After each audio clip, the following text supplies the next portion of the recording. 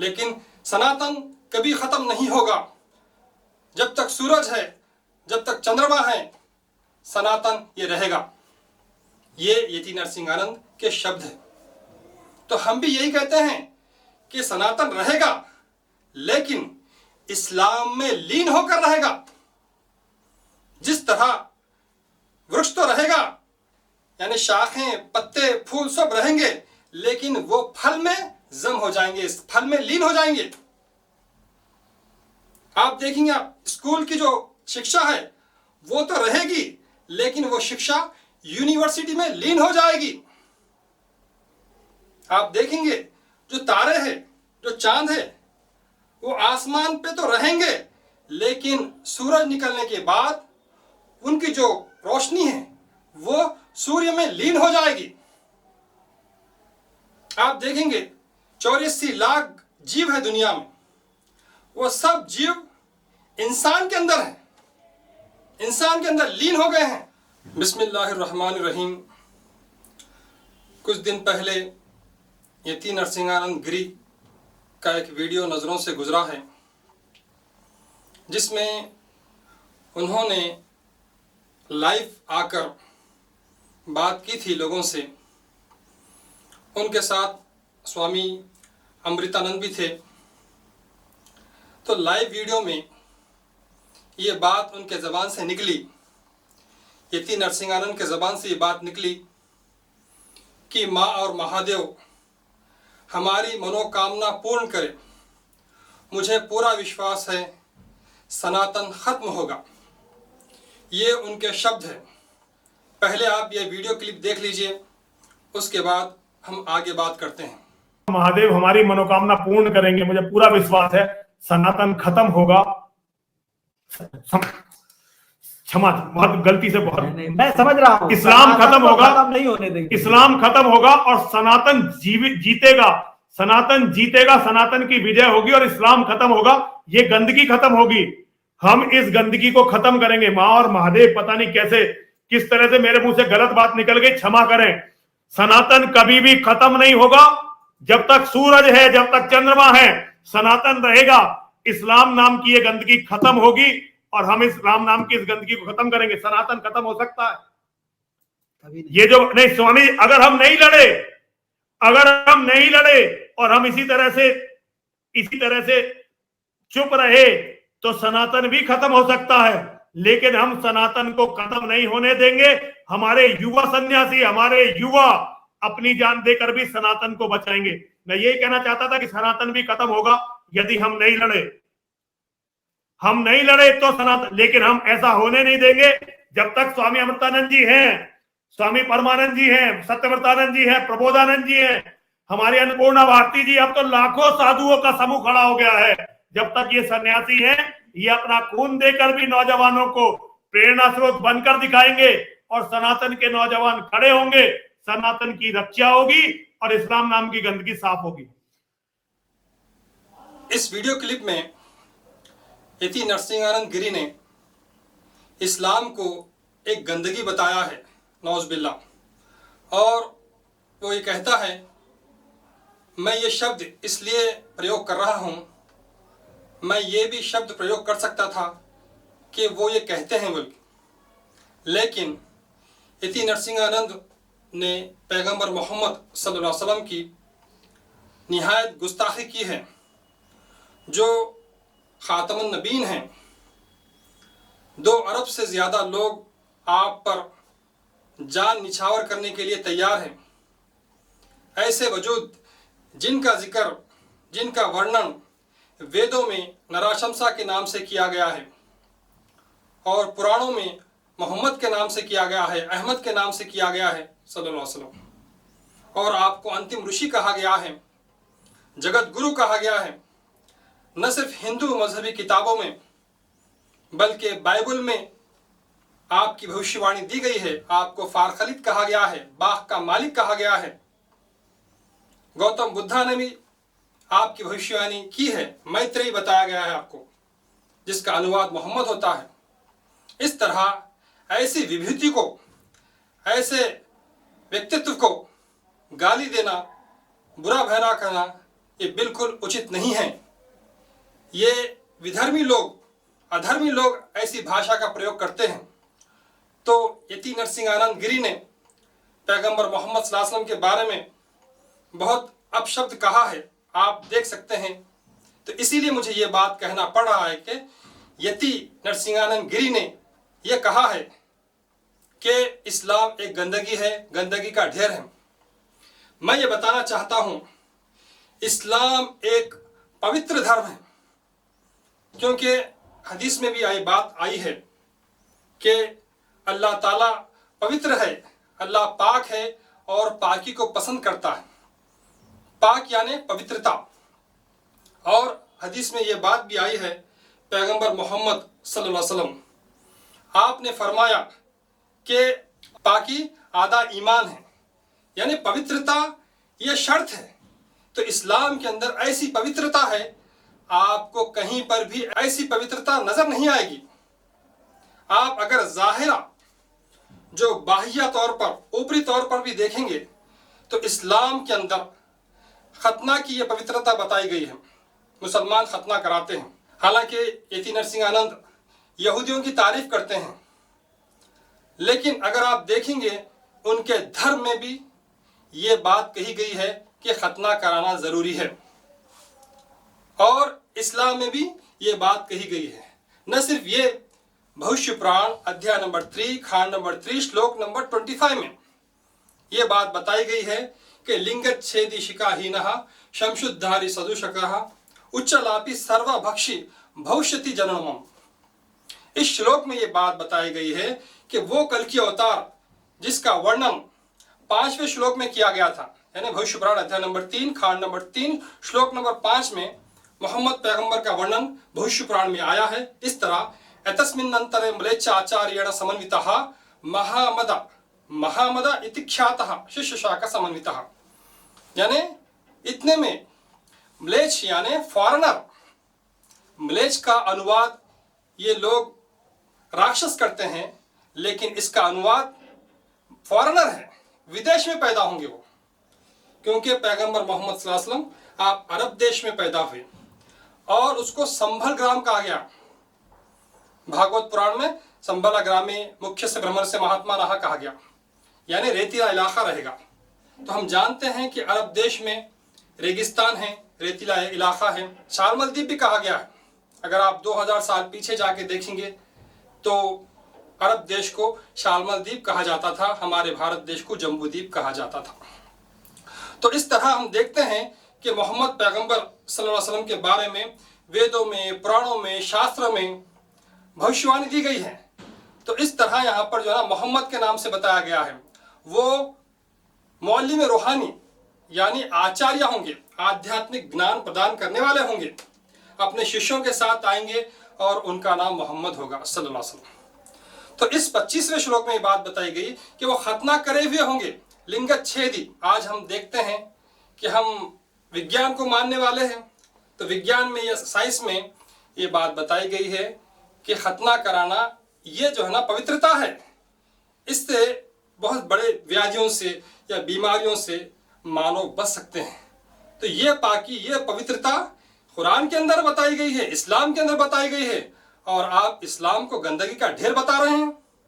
न सिर्फ ये, बल्कि आप देखेंगे इस्लाम के अंदर नमाज पढ़ने से पहले मुसलमान 5 वक्त वजू बनाते हैं। वजू क्या है मालूम है आपको? वजू ये है कि नमाज पढ़ने से पहले 3 मरतबा हाथ धोना, 3 मरतबा कुल्ली करना, मुंह में पानी लेकर थूकना, फिर नाक में पानी चढ़ा के नाक साफ करना, फिर चेहरा धोना, फिर हाथ धोना कोनियों तक 3-3 दफा, फिर उसके बाद सर का मसा, कान का मसा, गर्दन का, फिर उसके बाद पैर धोना। ये है पवित्रता। दिन में 5 दफा एक मुसलमान ये वजू करता है नमाज से पहले, और ऐसे धर्म को आप गंदगी का ढेर कह रहे हैं? कैसी पवित्रता है देखिए। और बैठ के पेशाब किया जाता है, क्योंकि अगर ठहर के आप पेशाब करेंगे तो पेशाब के जो खतरे हैं वो आपके कपड़ों पे लगेंगे, जिसकी वजह से देवदूत, जो दूत है, जो फरिश्ते हैं, वो आपके निकट या करीब नहीं आते। कौन आते हैं? फिर जो है ना शैतान आपके करीब आते हैं, जिसके वजह से इस तरह से आप जो है ना दूसरे धर्म के ऊपर कटाक्ष करते रहते हैं। तो इस तरह यहाँ पर बताई गई कि ये पाकी है। ये तो मैं ज़ाहिरी पाकी बता रहा हूँ आपको, अभी आत्मिक पाकी जो पवित्रता है अभी मैं आपके सामने नहीं रखा हूँ। तो इस तरह वजू करते हैं मुसलमान। और मुसलमानों में एक ग्रोह ऐसा भी है जो शाफी मसलक का है। तो शाफी मसलक के जो लोग हैं मानने वाले, जैसा कि पिराने पीर गौसे पाक जिनको अब्दुल कादिर जिलानी रहमतुल्लाह अलैह फरमाते हैं कि वो शाफी मसलक को मानने वाले थे। तो ऐसी पवित्रता है यहाँ पर कि आप पेशाब करें या फिर जो है ना या जो ना मोशन के लिए आप गया तो वहाँ पर भी आपको जाकर आके स्नान करना अनिवार्य बताया गया है शाफी मसलक में। और एक दफ़ा का वाक़या है, अब्दुल कादिर जिलानी रहमतुल्लाह अलैह जो बहुत बड़े संत गुजरे हैं, आपको मोशंस लग गए तो एक दिन में 40 मोशन किया और उसके बाद 40 दफ़ा स्नान किया। तो ऐसे धर्म को आप बोल रहे हैं कि गंदगी का ढेर है। तो ये पवित्रता है यहाँ पर इस्लाम के अंदर। और अगर कोई वजू बना ले नमाज के लिए, फिर जरा सा भी गैस निकल जाए, उससे जो है ना गैस निकल जाए अपने शरीर से, तो फिर उसको वजू बनाना अनिवार्य हो जाता है, अन्यथा उसकी नमाज नहीं होती। कैसी पाकी है। अगर मैं गिनाते चले जाऊं तो बहुत सारी जो है ना पवित्रता मैं गिना सकता हूं, लेकिन अब मैं बताता हूं कि आध्यात्मिक पवित्रता क्या है इस्लाम के अंदर। एक तो व्यभिचार एक पाप है। आप कह रहे हो कि इस्लाम व्यभिचार सिखाता है, रेप करो, जिना करो, ये सिखाता है इस्लाम, और मोहम्मद पैगंबर सल्लल्लाहु अलैहि वसल्लम ऐसा किए। ये बिल्कुल गलत, आप जो है ना लांछन लगा रहे हैं आप। तो इस्लाम के अंदर यह शिक्षा दी गई है कि व्यभिचार ये सबसे बड़ा गुनाह है, रेप करना। और इसका दंड क्या है? दंड मृत्यु दंड है इस्लाम के अंदर। न सिर्फ ये, बल्कि आप किसी पराई स्त्री को देख ले, मैं इस्लाम की पवित्रता बता रहा हूं आपको। यह पवित्रता है कि अगर पराई स्त्री को आप देख ले तो एक निगाह, एक दृष्टि आप डाल दिए तो उसके लिए क्षमा है। लेकिन फिर आप चाहकर फिर जो है ना देखते हैं पराई स्त्री को, तो वहां पर व्यभिचार माना जाएगा, आंख का व्यभिचार। अगर आप गंदी बात कह रहे हैं जबान से, तो उसको जो है ना मुंह का व्यभिचार बताया गया है। और कान का भी व्यभिचार है। अगर बुरे बात सुन रहे हैं आप कान से, तो पैगंबर मोहम्मद सल्लल्लाहु अलैहि वसल्लम फरमाते हैं कि ये कान का भी व्यभिचार है। कैसी बात की, आप जरा गौर कीजिए। आप इस्लाम को कुछ भी कह दे रहे हैं।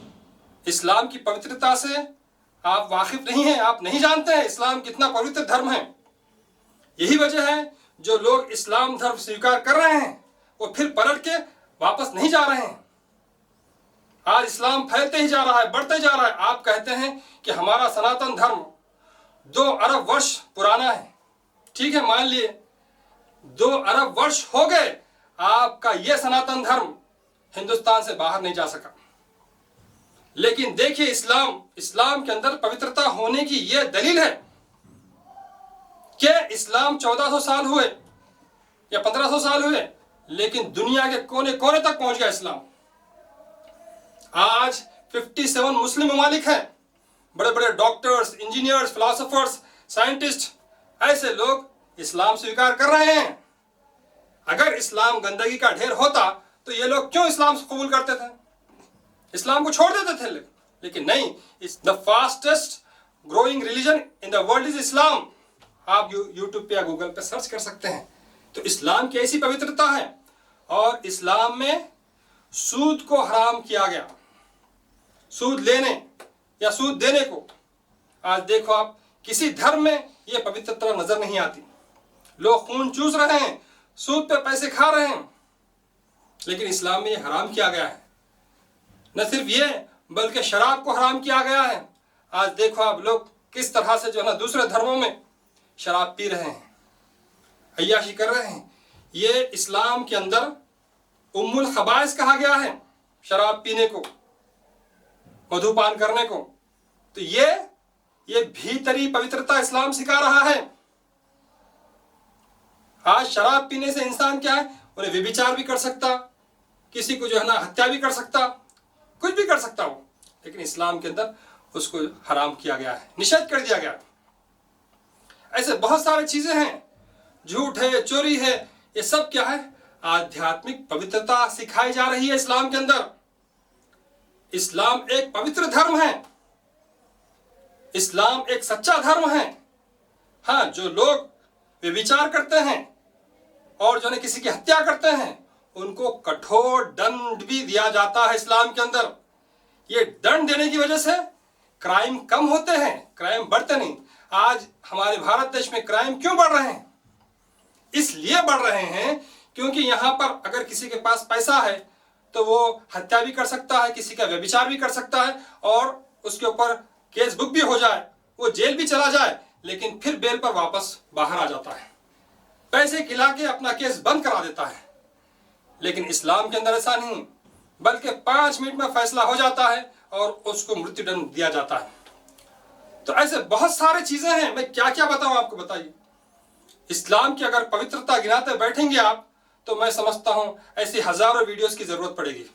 लेकिन मुझे कम से कम समय में आपको ये जो है ना इस्लाम की पवित्रता बतानी है और ये जो वीडियो क्लिप जो आया है उसका जवाब देना है। तो इस तरह इस्लाम के अंदर एक बात बताना चाहता हूं कि लोग कहते हैं कि इस्लाम स्त्रियों के ऊपर अत्याचार करता है, लेकिन ऐसा नहीं है। इस्लाम आने से पहले स्त्रियों के ऊपर अत्याचार किया जाता था। खुद हमारे भारत देश में क्या था? सती की प्रथा थी, यानी उसका पति मर जाए तो उसकी चिता में पत्नी को जिंदा जलाया जाता था और अपने पिता की संपत्ति से कोई जो है ना हिस्सा नहीं मिलता था बेटी को। तो इस तरह बहुत सारी चीजें हैं। लेकिन इस्लाम आने के बाद पैगंबर मोहम्मद सल्लल्लाहु अलैहि वसल्लम ने पवित्रता सिखाई। देखो, कोई चीज घर लाए, तुम कोई भी चीज घर लेकर आए, खाने की चीज हो, दूसरी चीज, तो अपनी बेटी को पहले दो। और क्या फरमाए पैगंबर मोहम्मद सल्लल्लाहु अलैहि वसल्लम? अगर तुम्हारे 3 बेटियां हैं, उनको तुम पाल पोस के बड़ा कर दें और उनको अच्छे वर को देख के विवाह कर दे उनका, तो वो और मैं कल स्वर्ग में इस तरह रहेंगे, यानी बिल्कुल निकट रहेंगे। और एक साहबी कहते हैं कि या रसूलुल्लाह सल्लल्लाहु अलैहि वसल्लम, अगर जिनकी 2 बेटियां हैं वो अगर अपने बेटियों को पाल पोस के बड़ा करके अच्छे वर को देख के विवाह कर दे तो वो तो दया सागर है। पैगंबर मोहम्मद सल्लल्लाहु अलैहि वसल्लम फरमाए वो भी करीब होंगे स्वर्ग में। फिर एक सहाबी जो शिष्य थे आपके अनुयायी, उनकी एक ही बेटी थी, वो कहते हैं कि पैगंबर मोहम्मद सल्लल्लाहु अलैहि वसल्लम अगर किसी की एक बेटी है, वो अपनी बेटी को पाल पोस के बड़ा करके अच्छे वर को देखकर विवाह कर दे तो पैगंबर सल्लल्लाहु अलैहि वसल्लम फरमाते हैं कि वो भी। फिर एक सहाबी के कोई बेटियां नहीं थे, वो उठ के पूछते हैं कि या रसूलुल्लाह सल्लल्लाहु अलैहि वसल्लम, अगर किसी की बेटियां ना हो लेकिन वो अपने बहन को पाल पोस के बड़ा करके अच्छे वर को देके विवाह कर दे तो वो तो दया सागर पैगंबर मोहम्मद सल्लल्लाहु अलैहि वसल्लम फरमाते हैं कि वो भी कल स्वर्ग में मेरे साथ इस तरह करीब होगा जिस तरह के बीच की उंगली और शहादत की उंगली करीब होते हैं। तो देखा आपने, यानी स्त्रियों का जो मुकाम है इस्लाम में किस तरह ऊंचा किया गया है, बढ़ाया गया है। और कहा गया है कि माँ के कदम के नीचे जन्नत है। तो अपने माँ बाप अगर बूढ़े हो जाएं तो उन्हें उफ तक ना कहो, यह कुरान में कहा गया है। क्या क्या इस्लाम की पवित्रता बताया आपको, और आप इस्लाम को गंदगी का ढेर बता रहे हैं। अगर इस्लाम का अध्ययन, अगर आप द्वेष की और जो ना नफरत की ऐनक निकाल के आप इस्लाम का अध्ययन करेंगे, कुरान करीम का अध्ययन करेंगे, तो बगैर इस्लाम स्वीकार करे कि आप रह नहीं सकते। इस्लाम के अंदर ऐसी ऐसी पवित्रता है।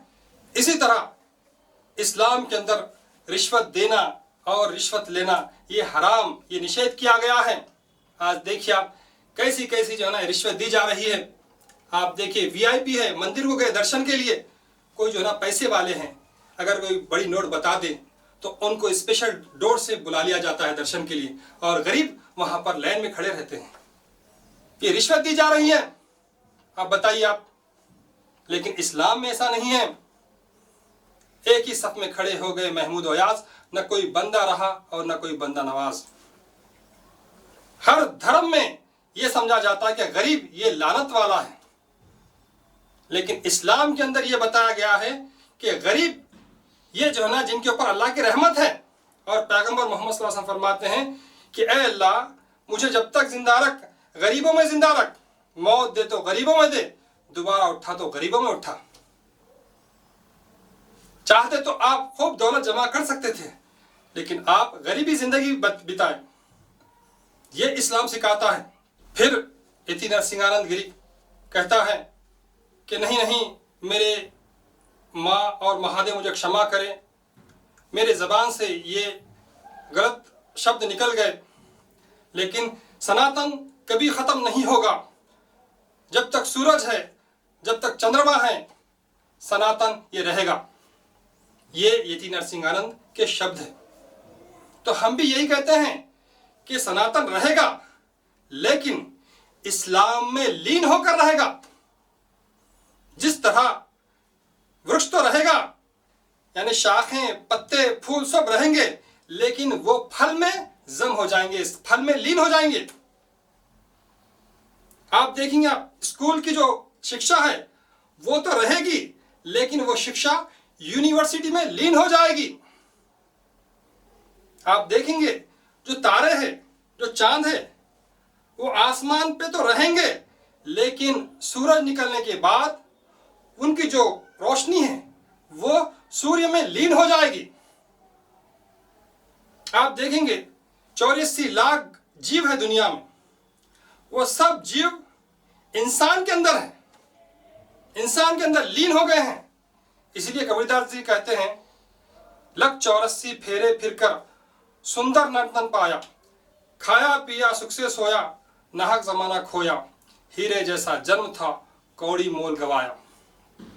तो मैं ये बताना चाहता हूं कि बेशक सनातन रहेगा, लेकिन वो इस्लाम में लीन होगा।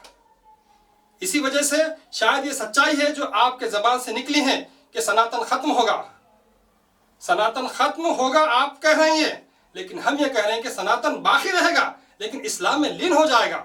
जिस तरह समुद्र में गंगा, यमुना, सरस्वती, जितने नदियां हैं वो समुद्र में लीन हो जाते हैं। वो शाश्वत है, गंगा भी है, जमुना भी है, सरस्वती है, वो खत्म नहीं हो रहे, लेकिन अब वो गंगा गंगा नहीं रहती। अब उसका नाम बदल गया, उसका नाम होता है कि समुद्रम महातीर्थम। तो इस्लाम के अंदर आने के बाद शांति ही शांति रहेगी, कोई दूसरा नाम नहीं रहेगा। जिस तरह गांधी जी ने कहा, Islam is equal to shanti, shanti is equal to Islam, कोई अलग बात नहीं है। जिस तरह 1,24,000 अवतार दुनिया में आए हैं, वो सब अवतार पैगंबर मोहम्मद सल्लल्लाहु अलैहि वसल्लम की विभूति में लीन हो गए हैं। मोहम्मद पैगंबर सल्लल्लाहु अलैहि वसल्लम के अंदर पूरे अवतार आ गए हैं।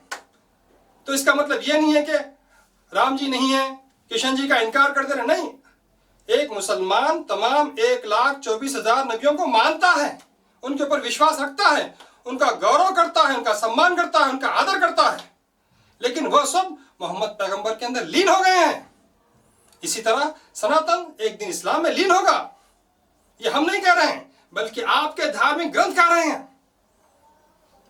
यह शास्त्रों में कहा गया है कि एक ऐसा धर्म आने वाला है, को धर्मः सर्वधर्मनां भवतः परमो मतः। एक ऐसा धर्म आने वाला है जिस धर्म में सब धर्म होंगे, वो परम धर्म होगा, वही तो इस्लाम है। इस्लाम ही एक ऐसा धर्म है जो सर्व अवतार सत्य सिखाता है। हर अवतार को सत्य है बोल के मान लो आप। इसीलिए हमारा हृदय इतना विशाल है कि हम राम जी को सच्चे कहते हैं, किशन जी को सच्चे कहते हैं, गौतम बुद्ध को सच्चे कहते हैं, जीसस को, मोसेस को, सबको सच्चे कहते हैं कि ये इस्लाम की शिक्षा है। कोई धर्म बता सकते हैं आप ऐसा सबको सच्चे बोलने वाला? सर्वधर्म ग्रंथ सत्यः, सर्वधर्म ग्रंथ सत्यः, ये कोई धर्म बता सकता है? नहीं बता सकता। लेकिन इस्लाम में है ये बात, आमन्तु बिल्लाहि व मलाइकतिहि व कुतुबिहि व रसुलिहि। तमाम किताबों पे हम ईमान ला रहे हैं, तमाम रसूलों पे, तमाम अवतारों पे ईमान ला रहे हैं, विश्वास कर रहे हैं। ये संपूर्ण दीन है इस्लाम, एक पवित्र दीन है इस्लाम। इस्लाम का आप अध्ययन कीजिए। यही वजह है आज लोग ज्यादातर दीन इस्लाम को स्वीकार कर रहे हैं। तो और मैं ये बता रहा था कि यहां पर आप कुरान करीम क्या है, ये केवल एक पुस्तक नहीं है, धार्मिक पुस्तक, बल्कि जितने अवतारों को जो धर्म ग्रंथ दिए गए थे वो सारे धर्म ग्रंथ कुरान करीम में आ गए। और कुरान करीम का ये दावा है, कुरान करीम कहता है सूरह बय्यना में, फीहा कुतुबुन खय्यमा, ये किताब नहीं है बल्कि कुतुब खाना है। पूरे किताबें आ गए इस किताब के अंदर, कुरान करीम के अंदर। आपके वेद कुरान करीम में हैं, आपकी भगवत गीता कुरान करीम में है, Ramayana, Mahabharata, Bible, Old Testament, New Testament, Tripitaka, जितने भी मजहबी धार्मिक ग्रंथ हैं वो सब सूक्ष्म रूप में कुरान करीम में आ गए। आप कहेंगे कि कुरान करीम में तो छोटा है, इतने किताबें कैसे आ गए? तो मानव भी तो छोटा है, 5 फीट या 6 फीट का मानव है, लेकिन पूरा ब्रह्मांड मानव के अंदर है। यथा ब्रह्मांड तथा पिंडांड कहा गया हमारे शास्त्रों में। अल्लामा इकबाल फरमाते हैं कि राज़े लामहदूद का यह मुख्तसर अफसाना है, लामक्का के नापने का आदमी पैमाना है। तो इस्लाम एक संपूर्ण दीन है, इस्लाम का ज्ञान कंप्लीट है, संपूर्ण है। इसीलिए कुरान करीम की जो आखिरी आयत है वो क्या है? अल यौमा अकमलतु लकुम दीनकुम, आज हमने तुम्हारे लिए तुम्हारे दीन को मुकम्मिल कर दिया, संपूर्ण कर दिया। ऐसी कोई आयत, कोई वर्ष, कोई श्लोक, कोई मंत्र नहीं बता सकते जहां पर परमात्मा परमेश्वर अल्लाह ने यह कह रहा हो कि हमने तुम्हारे लिए तुम्हारा धर्म या तुम्हारा जो ज्ञान है वो संपूर्ण कर दिया है। लेकिन इस्लाम में ये बात बताई गई है। इसलिए यहूदी कहते हैं कि अगर ये आयत यानी अल यौमा अकमलतु लकुम दीनकुम, ये आयत जिसमें ये बात बताई जा रही है कि तुम्हारे लिए तुम्हारे दीन को, तुम्हारे धर्म को संपूर्ण कर दिया गया है, ये आयत अगर हमारे नबी पे यानी मूसा अलैहि सलाम पे ये अवतरित होती तो हम इस आयत का जश्न मनाते थे बुरे लोग। तो इस तरह इस्लाम एक संपूर्ण धर्म है। आगे यति नरसिंहानंद कहता है कि अगर हम नहीं लड़ेंगे, इसी तरह चुप रहेंगे तो सनातन खत्म हो जाएगा और हम सनातन को खत्म होने नहीं देंगे।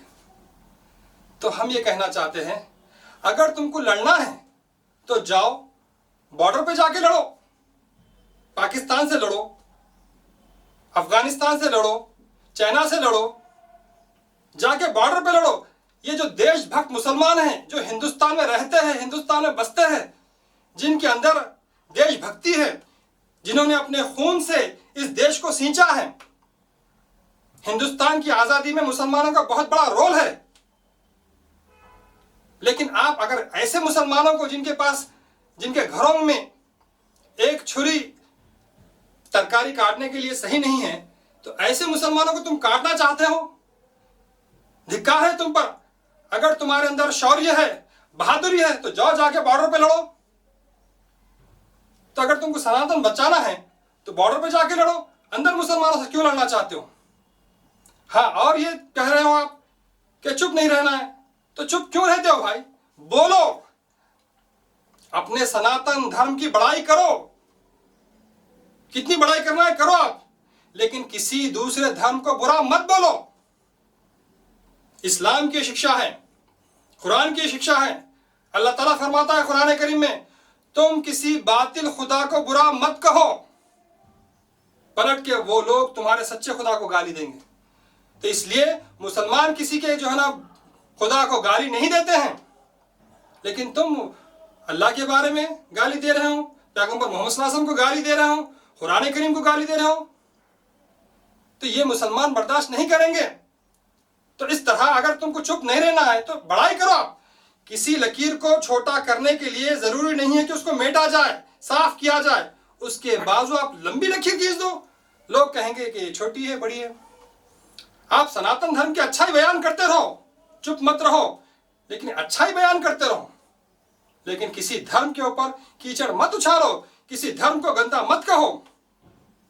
हर धर्म ईश्वर परमेश्वर परमात्मा की ओर से अवतरित किया गया है, सब धर्म सच्चे हैं। ये जो है ना भावना होनी चाहिए। तो ये इस्लाम की धारणा है। इस्लाम सब धर्म को मानने वाला है, सब ग्रंथों को जो है ना आदर करने वाला है।